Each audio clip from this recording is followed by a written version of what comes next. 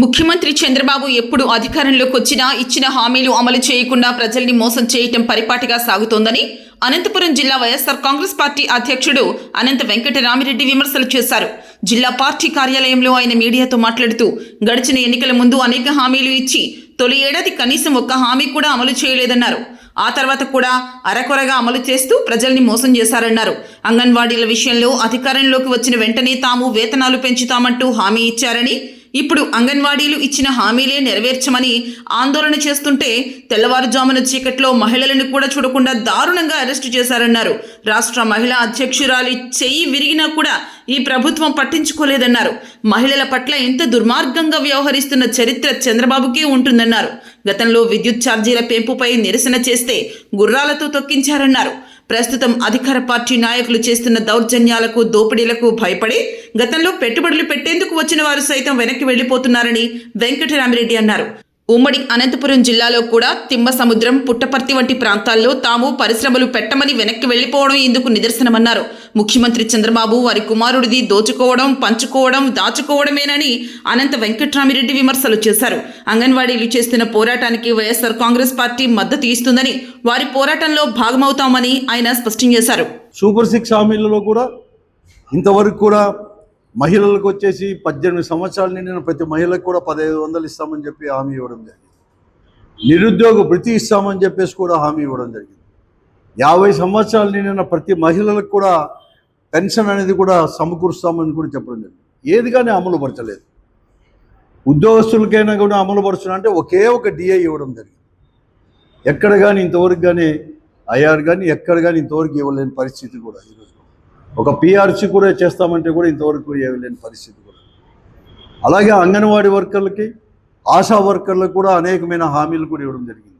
ముఖ్యంగా సుప్రీంకోర్టు తీర్పు ప్రకారం కూడా గ్రాట్యుటీ కూడా చెల్లిస్తామని చెప్పేసి అంగన్వాడీ వర్కర్లకని కూడా ఇవ్వడం జరిగింది. 21 నెల కూడా పూర్తి అవుతూ ఉంది. అంటే దాదాపుగా 2 సంవత్సరాలు కూడా పూర్తి అవుతుంది ఈ ప్రభుత్వం వచ్చేసుకుని. అమలు పరచలేకపోయింది.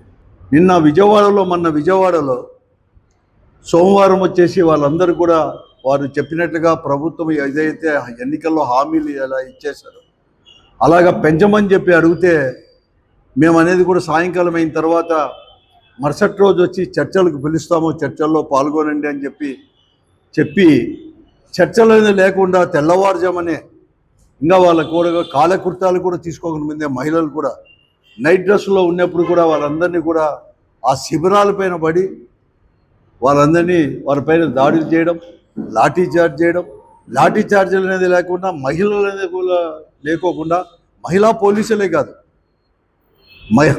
మగ పోలీసులు కూడా వారందరూ కూడా చేసేసి పిన్నులతో గుచ్చడం, వాళ్ళందరినీ అరెస్ట్ చేసి అర్ధరాత్రి తీసుకొని పోవడం కూడా చాలా దారుణమైనది. కనీసం అరెస్ట్ చేసి కూడా సుదీర్ఘ ప్రాంతాలకు కూడా అయిపోతే వాళ్ళందరినీ కూడా తరలించడం, అప్పటికప్పుడే కూడా ఇవన్నీ చేయడం కూడా చాలా దారుణం. దీన్ని వైఎస్ఆర్ కాంగ్రెస్ పార్టీ తీవ్రంగా కూడా ఖండిస్తూ ఉంది. చాలా కాదు, కనీసం ఈ తోపులాట్లో కూడా వారి యొక్క రాష్ట్ర అధ్యక్షురాలు బేబీ రాణి గారికి కూడా త్వరగా చేయి కూడా విరగడం అనేది కూడా దారుణం. ఇటువంటిది అది కూడా ఎప్పుడు చేయదు. కాబట్టి ఇప్పటికైనా కానీ నేను చంద్రబాబు నాయుడు గారిని ఈ ప్రభుత్వాన్ని హెచ్చరిస్తూ ఉన్నాను కూడా. మేమందరూ కూడా నువ్వు ఏదైతే హామీలు ఇచ్చావో హామీలన్నీ కూడా అమలు పరచు. నువ్వేదో మొట్టమొదటి తూరి ముఖ్యమంత్రి కాలేదు. పవన్ కళ్యాణ్ గారు కావచ్చు, వాళ్ళందరూ కూడా భారతీయ జనతా పార్టీ కావచ్చు, ముగ్గురు కలిసి కూడా ఈరోజు కూడా ఇవ్వడం జరిగింది. ఈ హామీలన్నీ కూడా మీరు చేయాల్సిన బాధ్యత మీ పైన కూడా ఉంది. లేకుంటే ఇంకా కూడా తీవ్రమైన పరిణామాలు కూడా చేస్తున్నాము.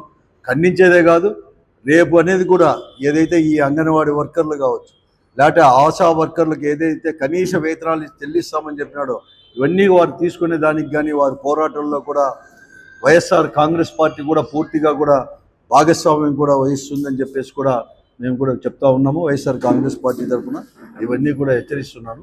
అంతేకాదు ఈరోజు నేను పోలీసు వారిని కూడా, పోలీస్ శాఖనే మొత్తం మేమంతా కూడా హెచ్చరిస్తున్నాము కూడా.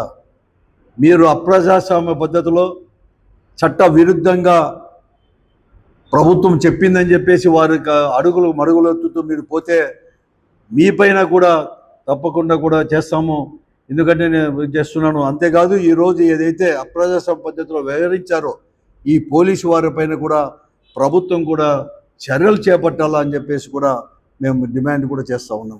వారి యొక్క ప్రజాప్రతినిధులు ముఖ్యంగా ముఖ్యమంత్రి దగ్గర నుంచి ముఖ్యమంత్రి కుమారుడి దగ్గర నుంచి అందరూ కూడా ఎలా ఉన్నారంటే ఏదో రకంగా కూడా దోచుకోవడం, పంచుకోవడం, దాచిపెట్టుకోవడం అనే పద్ధతిలో ఈరోజు ఈ ప్రజాప్రతినిధులు పోతున్నారు. పరిశ్రమలు స్థాపిస్తామని చెప్పి వస్తే పారిశ్రామికవేత్తలకి భూమి కూడా కేటాయిస్తే ఆ భూములు కూడా మాకు వద్దు అని చెప్పేసి మళ్ళీ కూడా 1 సంవత్సరం తర్వాత మేము పరిశ్రమలు ఈ రాష్ట్రంలో అనేది కూడా ఎక్కడ కానీ మేము పెట్టలేము, మీ వారి దాడి తట్టుకోలేకపోతున్నాం, మేము వారి కమిషన్లు ఇవ్వలేక మాకు వద్దు అని చెప్పేసి భూమినే హ్యాండ్ ఓవర్ చేసే పరిస్థితి కూడా ఈరోజు కూడా నిన్న రాష్ట్రంలో జరిగినవన్నీ కూడా అన్నీ కూడా చూస్తాం. వెనక్కి ఇచ్చేసే పరిస్థితి ఎక్కడ కానీ. అంతెందుకు మన జిల్లాలోనే, మన అనంతపురం ఉమ్మడి జిల్లాలోనే తిమ్మ సముద్రం, మన అనంతపురం జిల్లాలో అంటే జిల్లా విడిపోయిన తర్వాత తిమ్మ సముద్రంలో 121 ఎకరాల జిన్ఫ్రా కంపెనీకి తీసుకుంటే మాకు వద్దు అని చెప్పేసి మళ్ళీ వెనక్కి ఇవ్వచ్చింది. అక్కడ ఉండే ప్రజాప్రతినిధులకి కమిషన్లు ఇవ్వలేక మా చేత కాదని చెప్పిన వైనాన్ని కూడా ఈరోజు కూడా అందరికీ తెలుసు. అలాగే సత్యసాయి జిల్లాలో గుడిపల్లి దగ్గర Azad mobile T India company వాళ్ళు ఏదో పరిశ్రమ కోసం వచ్చేసి చేస్తే లిమిటెడ్ వాళ్ళ కంపెనీ చేస్తే అక్కడ కూడా ఏం జరిగిందో అందరికీ కూడా తెలుసు. ఇంత బహిరంగంగా కూడా దోచుకునేది అని ఎప్పుడు కానీ చూడలేదు. నేను కాదనలేదు, అక్కడక్కడ ఉంది, గతంలో కూడా జరిగిండొచ్చు. కానీ ఇంత బహిరంగంగా దోచుకోవడమే ఒక పని పెట్టుకొని ఇవన్నీ పెట్టుకునే ప్రభుత్వం ఏదైనా ఉందంటే అది ఇప్పుడు ఉండే కూటమి ప్రభుత్వంలో తప్ప మరొకటి కాదు. 20 నెలల నుంచి ఇదే పనిలో ఉన్నారు వారందరూ కూడా.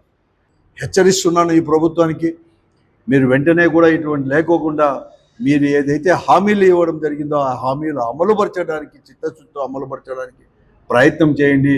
లేకుంటే పోరాటాలు చేయడానికి వైఎస్ఆర్ కాంగ్రెస్ పార్టీ కూడా వారితో పాటు కలిసి చేయడానికి సిద్ధంగా కూడా ఉంది.